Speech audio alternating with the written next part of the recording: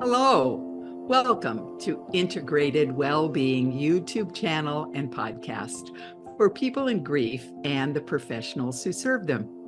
We provide education, inspiration, and practical tools by interviewing those bereaved by loss, mental health professionals, and grief specialists. Integrated Wellbeing Institute seeks to awaken the griever to their inner peace through the guidance of their body. And today I'm delighted to introduce to you Joann Bellenkes, a certified executive leadership coach and the owner of Sidecar Coaching. So good morning. Good Joann. morning. Good morning. Great to see you. I'm so happy to be here. I'm thrilled that you said yes to the invitation. Absolutely. Yeah, and the reason is that Joann and I met at a networking event.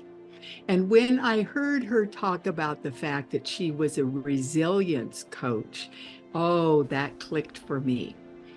And then as we talked further, and she talked about her distinguished career in the corporate world, I could hear her valuable insights that she has for all of us. And then beyond her professional background, Joann shared that she's weathered life's challenges, experienced several life-changing moments that tested her resilience and determination.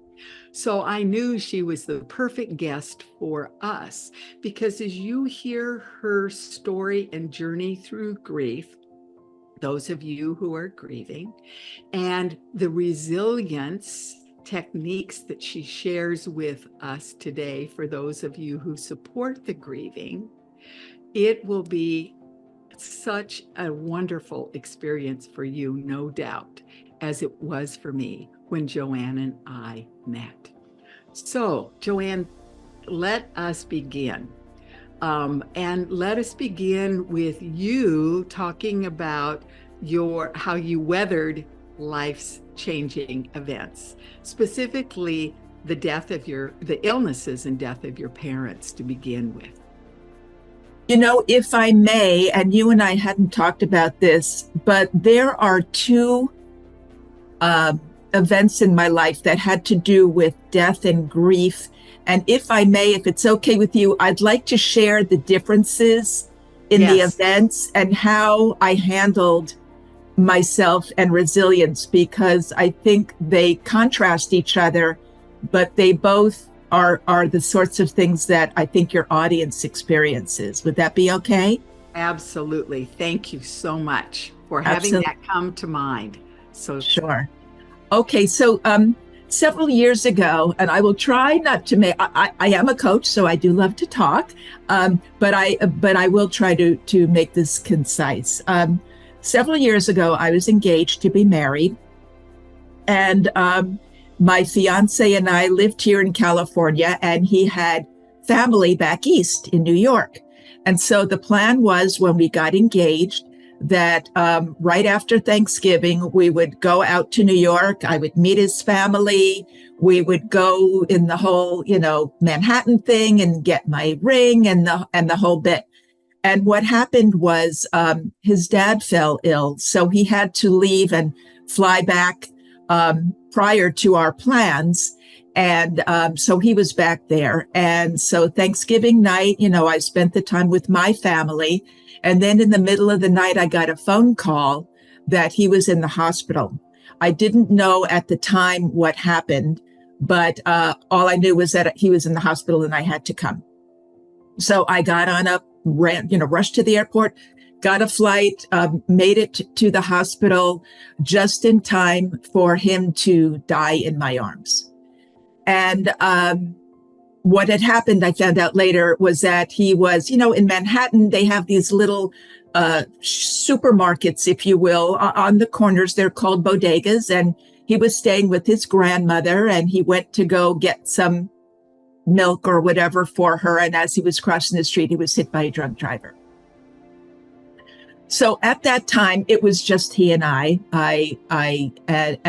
When something like that happens, there's no preparing for it. There is no anything. And for myself, I was just a ball of grief. And the way that I handled things when I, got back on the plane and went home, and, I had family and friends, but I'm the kind of person that I needed to grieve alone. And I went like a turtle in a shell and just kind of lived like that for a year. I felt like I was on an island by myself.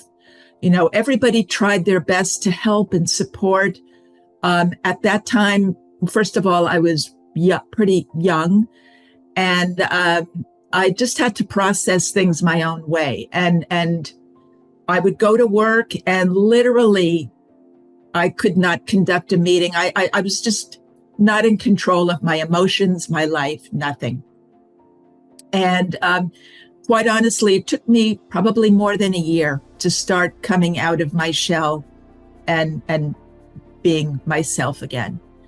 And then flash forward years later, I lost both of my parents. Coincidentally enough, this happened again around Thanksgiving time. My mom passed away on Friday, and then on Monday, my dad passed away. So I lost both my parents within 3 days of each other. Now, at this time, or by this time, I was a parent. So I did not have, and I use this word sarcastically, loosely, the luxury of marinating in my grief. I had a young daughter. I had to take care of her. And I think more importantly, I had to show her that, life has to go on, that we have to find a way out. And so that is what we did. And as hard as it was, I had to find my resilience, and my strength really came from my responsibility of being a parent, and it came from her. So I wanted to explain those two things because I handled my grief very differently. The first time I didn't have anybody to worry about or to care about other than myself. And I really did probably maybe even, I don't want to say too much self-care, but I didn't allow anybody in. And that was just how I handled it. The second time, I welcomed my community of friends, family, and everyone to kind of help propel me forward and keep me going, because I had a lot of responsibilities, including taking care of my parents, estate and things like that. And then, of course, being a mother. I am so grateful that you shared this story of your fiance's sudden death, because I had not heard it when we talked before. Yeah. And it is a very contrasting death and grief. And so often we pull in as turtles. And when we have the luxury, we can, for that time, really, really, really isolate, because we can't think our way through grief. If I said before, grief lives in the body. It's a process. And you went into that process deeply. In my curiosity then, in contrasting that with the death of your parents, had each of them been ill? Yes, my mother more so, although even it still was unexpected just because we didn't realize how sick she was. Mm-hmm. And so, but as you know, even when you are prepared, it's still, it just knocks you off your feet. That's right. It does indeed. You may have done the anticipatory grieving or not, because there's so much to do. And so, and then to have the responsibility of your daughter, and then experience the allowing of your friends and family to support you through a very different grief path this time. Which illustrates for our audience, once again, over and over again, we must listen to ourselves because we have that wisdom within us to guide us through and beyond. But we have to listen. Yes. And, friends mean well and they say things, and some of them can be hurtful in their, ignorance, if you will, maybe because they haven't experienced any grief yet, any losses, and they're like, oh, it'll get better, or, you should really get up. And I mean, even people suggesting, a grief, a group of people. And, the first time around, it was like, no, I was just very resistant to it. And, the hardest part is that people rally around you at the beginning, of course, when everything is new. And then, they go on with their lives and you're left with the grief and the emptiness, the anger, the bitterness, all the feelings that you have, the loss, the emptiness, and there is no right timeline for it to get better, if you will. I don't even know if it really does get better. All of these things still live within me. And I can bring those feelings up very easily as if it happened yesterday. We were talking in a grief group recently about the fact that grief is always with us. And I used to say grief becomes different because in essence, it is foreground in the beginning and then background as our life changes. And we talk about not moving on, but rather moving forward. And sometimes we don't have the motivation to do that. There's an inherency in us that does propel us, but sometimes for some reason we don't move, and we need to be in that place. So it's very interesting to hear you talking about these two and the way that friends attempt to help. But it's like, that's why we have to be able to realize that in our grief, it's here and our life builds around it. And in the first case, what I'm hearing was your grief was here and your life was here and then here and here. Whereas with your daughter and the grief was here and you expanded into the support of others. Did I get it? Absolutely. Okay. And so that's something for each of us to consider. I'm so glad you're here today because you have communicated this vast, in my experience, difference of your grieving. Yeah. Yeah, that's why I brought it up. When you and I talked a while ago, I had talked to you about, the loss of my parents. And then, when I thought about Nick, my fiance, I thought, wow, when I start to reflect on how differently I handled both of those situations because of circumstances, because of life, because of maturity, just because of a lot of things. And I think, the next time I experience loss, I'll handle it probably a completely different way. Yes. So, and I think that that's natural. It certainly is natural because when we can deeply listen to the guidance within us, we're different this time as we were last time. We're absolutely so different. So I'm very, very curious then, with you now working with people as a coach, discovering resiliency within each person, because it's there. And I'm really, really happy because Dr. George Bonanno, a grief researcher, in his first book, The Other Side of Sadness, it's talked about resiliency. And now in his new book on trauma, he talks about resiliency. And so through the lens of grief, how do you work with people to allow them to connect with that inner resilience that's always there. Well, it's everybody processes things differently, and it's how you handle the situation, both emotionally, behaviorally, internally, is all very different.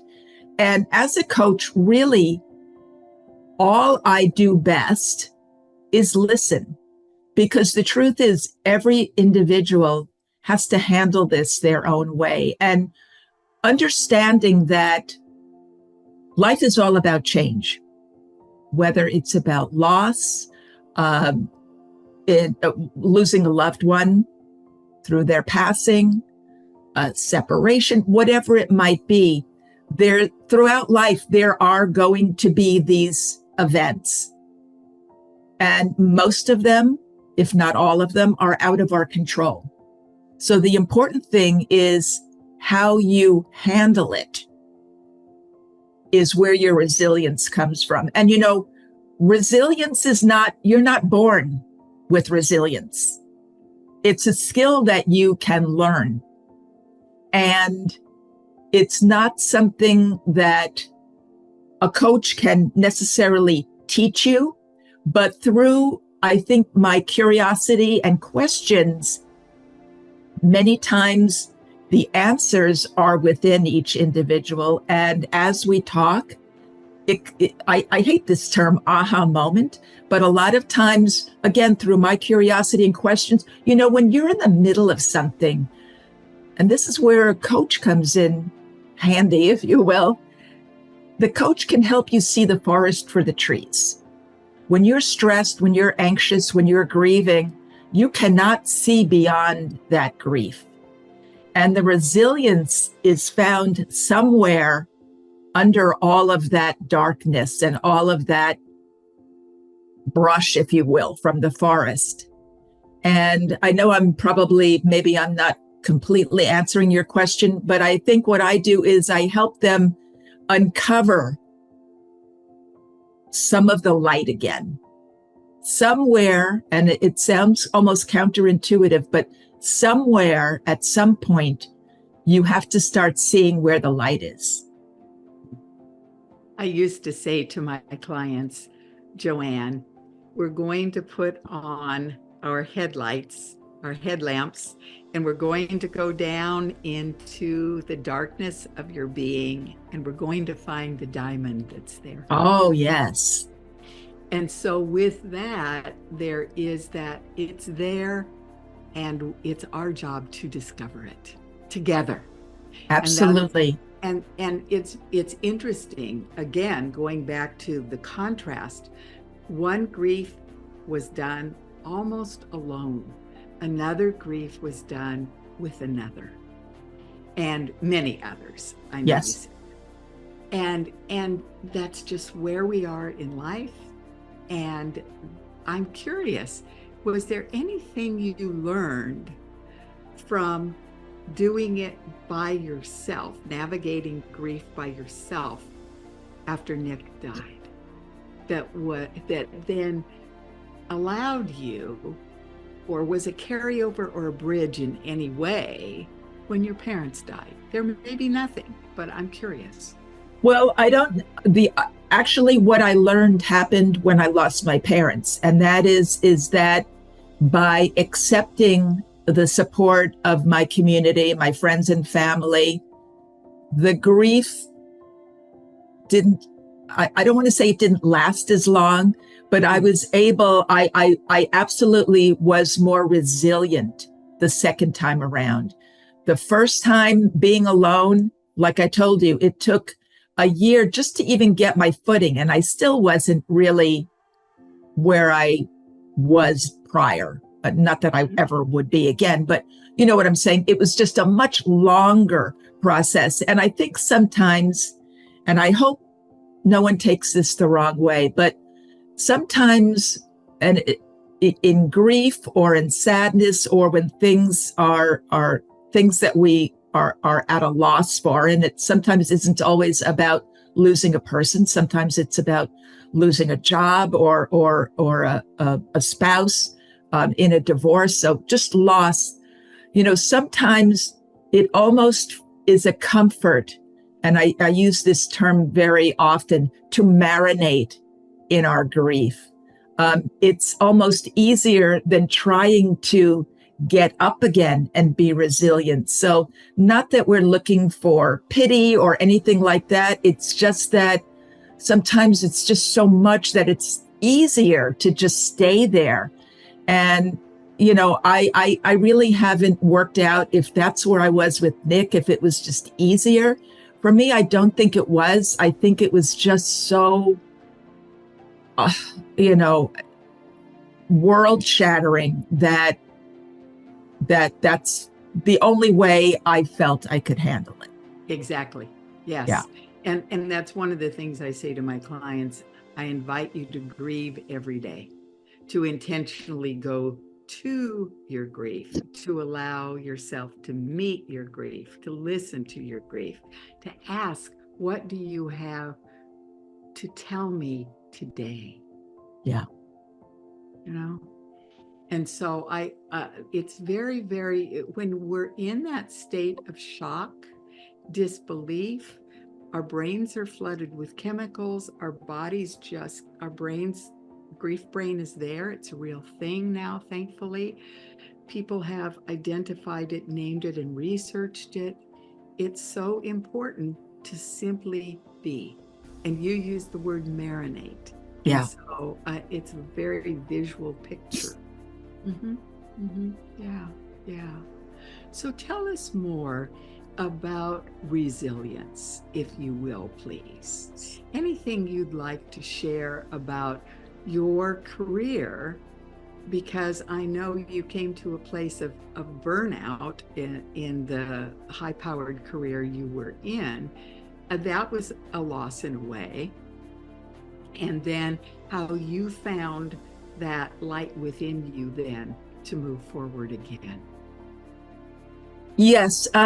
So I was in the corporate world for many, many years, and it was a high-level executive position filled with a lot of stress, a lot of long hours and days. And I got to a point, without going into the specific circumstances, I got to a point where the stress became so high that I started forgetting simple things like a conversation that I just had with my assistant a few minutes ago. I would say the same thing again. And I was getting very forgetful. And, actually Alzheimer's runs in my family. So I went to a doctor thinking that perhaps I was having early onset Alzheimer's. Got all kinds of tests, all kinds of things, and they're like, no, you're perfectly fine.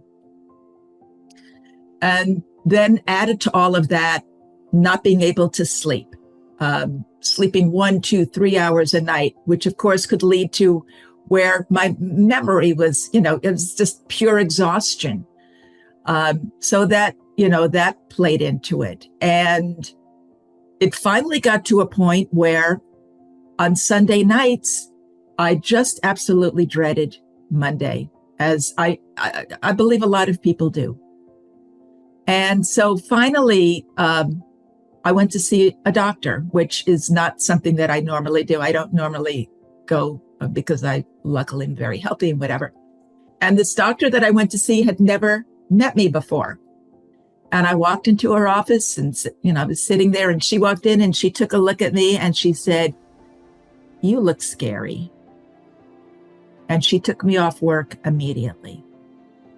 And so within that time, so she put me on a medical leave, which is something, I wasn't somebody who was used to taking time off or vacations or sick time or whatever. And like by day 2, I was going crazy.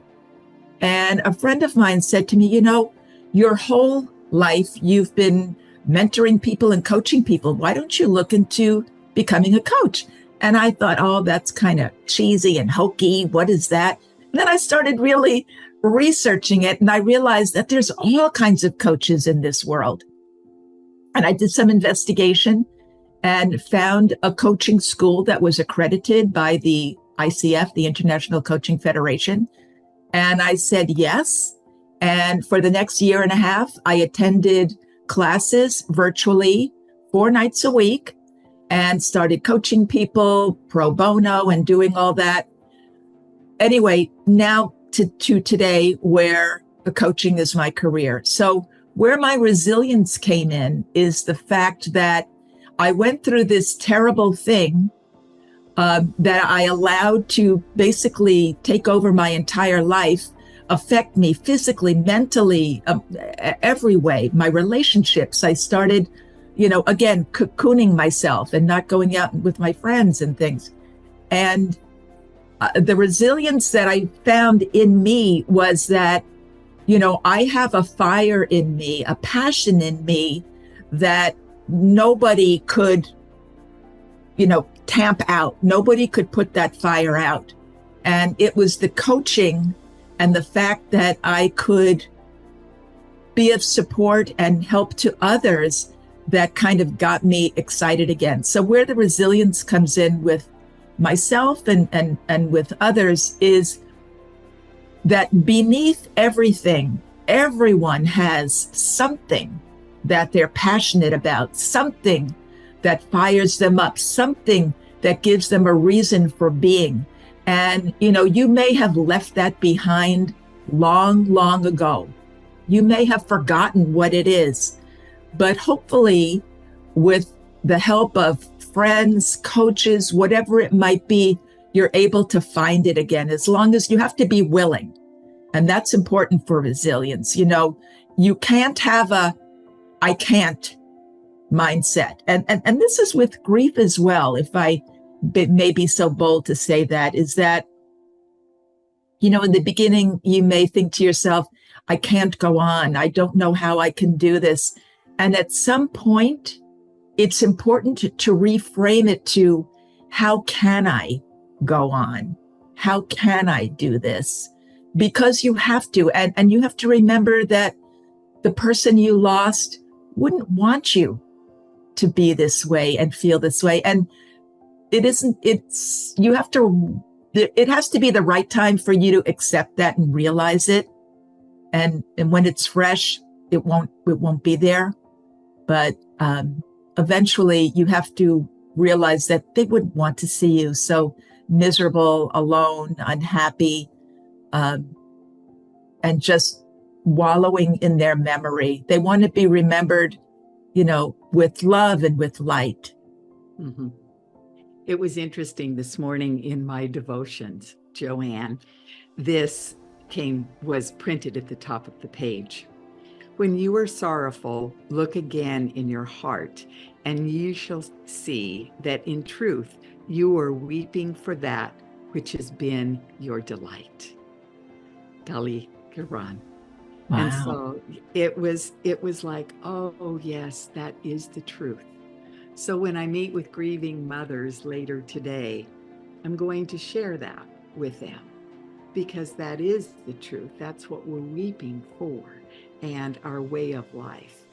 Mm-hmm. And it was interesting. I was in a class with Reverend David Alt, who told this story. And the story was, he had gone to a retreat, and he had a very small room, and I guess it was during COVID, or just as COVID, came.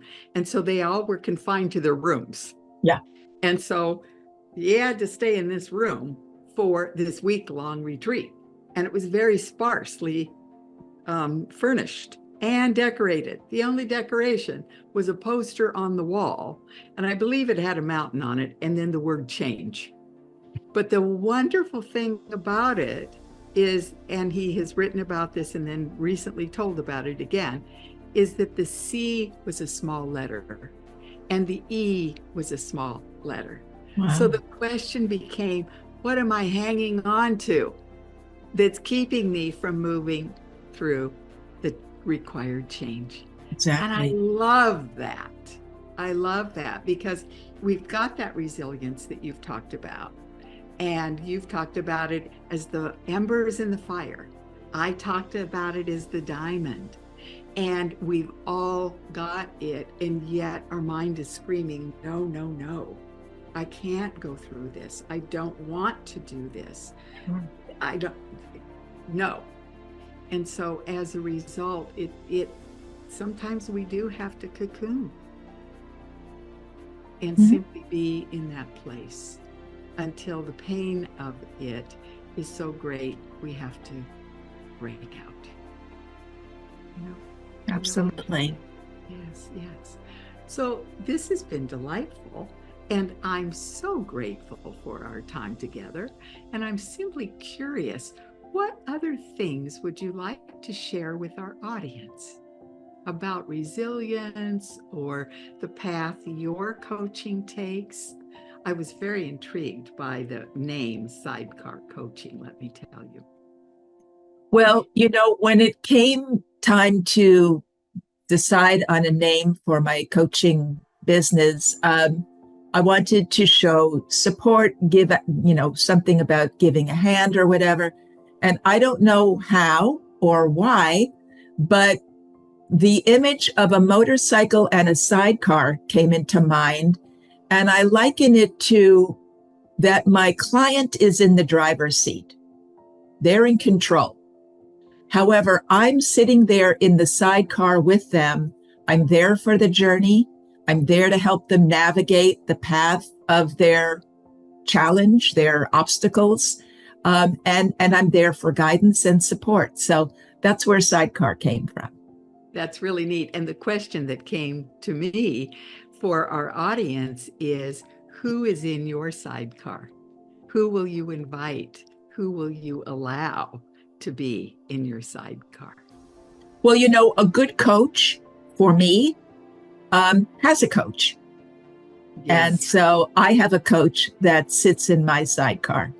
And I think that's a great question for your audience, is who will they allow to be in their sidecar? Yeah. Because we're wired to be in connection, and that connection really is to connect within and then without. And so that person asking questions that allows us to connect deeper within us is such a valuable asset to each of us, really is. So I'm very curious. I know that resilience has been studied for a long time. Can you tell us, when the word first came up, or anything about that word at all? I have something that I wrote down because it's kind of a mouthful, but it's something that I've talked about before. And this is a definition from the American Psychological Association. Thank you. It says, process and outcome of successfully adapting to difficult and challenging life experiences, especially through mental, emotional, and behavioral flexibility to external and internal challenges. So really what that means in all of those big words is how each individual handles situations and difficulties. About emotional is how you think about it. And then behavioral is how you react to it.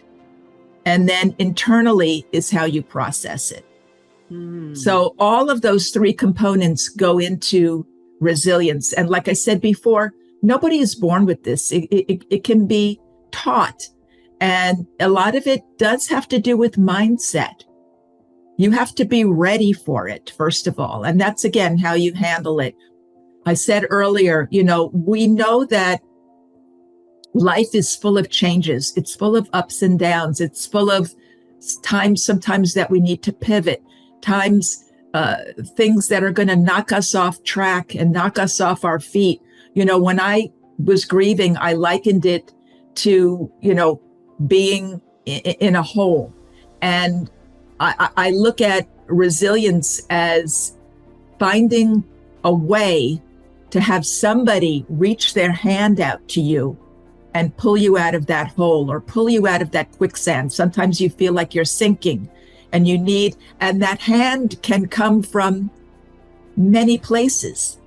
And I think with resilience, it's important to have that community, that group, that support of friends, family, groups like yours. You know, sometimes it's easier to talk to people that don't know you as well. And that's where a group like yours can be so valuable, because their hearts are open and there's no judgment. It's just there. They're just there for each other.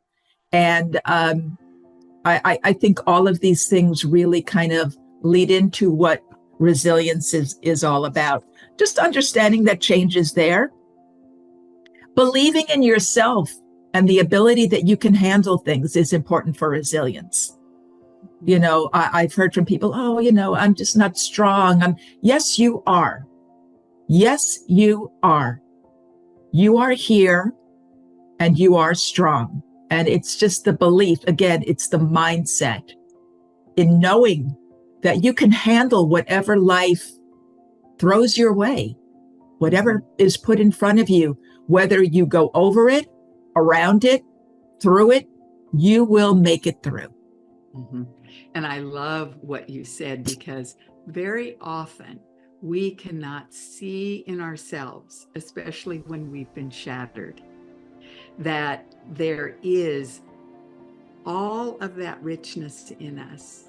There is the strength, the bravery that's in us, but sometimes we can't see ourselves as other people see us. That's right. And so that's, again, once again, the coach in the sidecar, the friend by your side, that companion to walk with you through grief, whatever it is.